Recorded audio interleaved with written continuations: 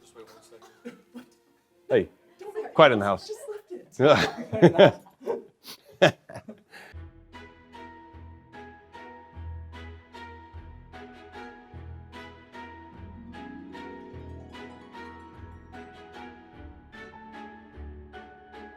I am Troy McGee. I'm Erica Bryce. I've done 10 seasons performing and a season and a half as the scene shop foreman. I am a performer at Tuacahn, or I have been a performer at Tuacahn for 12 seasons, not all of them in a row, but 12 seasons since about 2001. Oh, Yes, I was dopey. Starlight Express was pretty fun, playing Purse, or Cats. Cats was hard.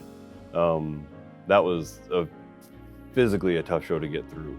I was Victoria in Cats, and then, which was probably my all-time favorite role ever. She's the white cat, and that was the best role.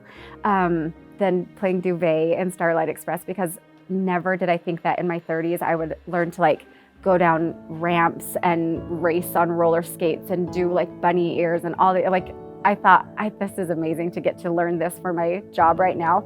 Although Hunchback was Ensemble and Hunchback and Prince of Egypt both were really, really fun, satisfying shows to do. So it's hard to pick. But I was the aerial flight double in Little Mermaid when we did it the first 2 years.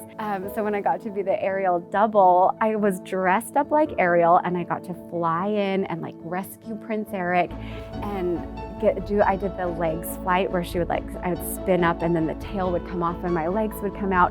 And I remember the first preview night, I was up there getting ready to go on. That first time I was kind of like this with my little mermaid tail hanging there, getting ready to dive down on the stage, and I got choked up because I thought, literally, my little girl dreams are coming true right now. I'm Ariel, even though nobody knows it.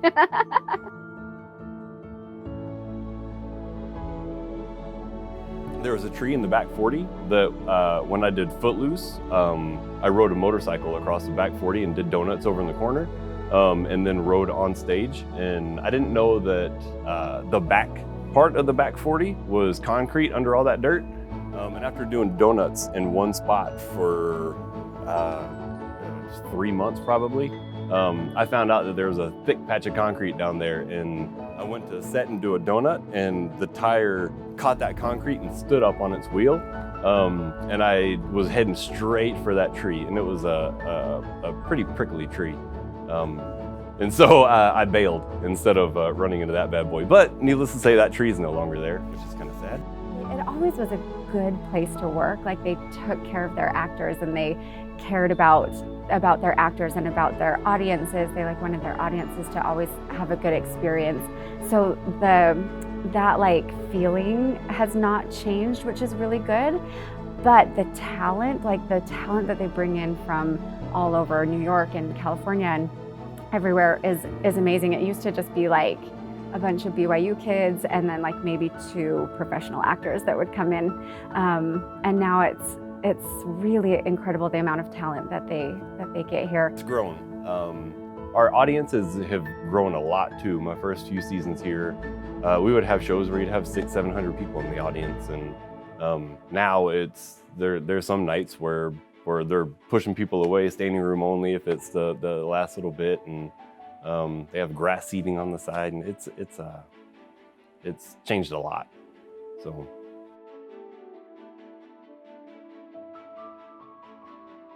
It's fun.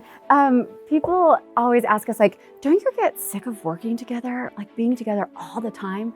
But I don't. I think that we actually work really well together. I think that's probably a good thing that I don't get sick of him, even though we're together all the time. The performer lifestyle is not an easy one for other people, I think, to understand. So it's nice to have somebody that really understands what it takes to do this and to get through this kind of lifestyle. So I really enjoy working with him.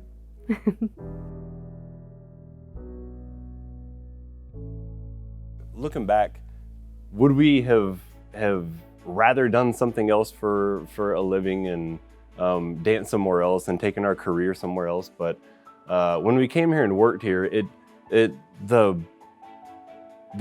work environment that we have here, it's something you don't find many other places. And I was able to work and perform with my wife for 10 seasons. And that's something that we're not sure would happen anywhere else. And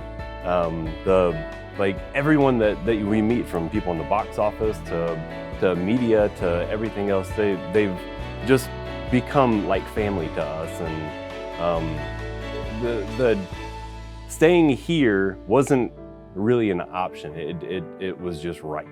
And so it was like home. I'm gonna kind of go with what Troy had said as well, just double down on that, because it really is like life. This is our life now. And even like the year that we took off and we weren't here a lot, we still kind of ended up being here. We would be back here. I helped with like hospitality.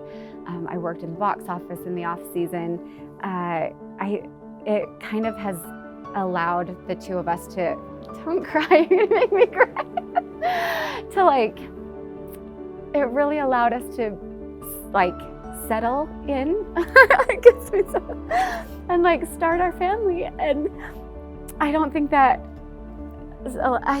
so many performers, it's such a hard life because you're constantly like looking for the next job. You're constantly moving, you're constantly like uprooting your life. It's a hard life. For other performers, I think it's hard to have relationships when you're away from your significant other for 6 months out of the year or whatever it is, or even longer. I mean, I think some performers end up traveling for most of the year for their jobs. Still crying. And I think that because Tuacahn has sort of like taken us in and allowed us to have this opportunity to perform here for so many seasons and to perform together, I can't look at you. It really has allowed us to like settle in and create this life that I've always wanted. I've always wanted to be able to like kind of live in just this small town feel community, have babies, have a life, have a house, which we have all of that now. And really, a lot of it is thanks to Tuacahn for just taking us in and for keeping us. I like going to like the grocery store in Ivan's, and like we know the people there now and they know us. And the cool thing too is that we go to the grocery store and we run into people, and the first thing they say is, oh, you're from Tuacahn. And I think that that's pretty cool.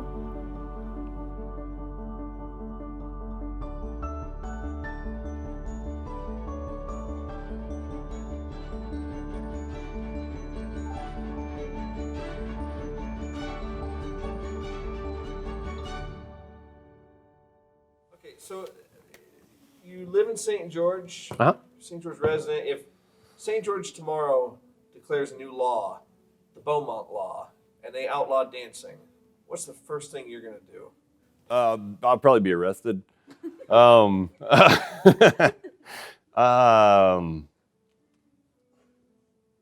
don't know. If St. George did, what's the next town over?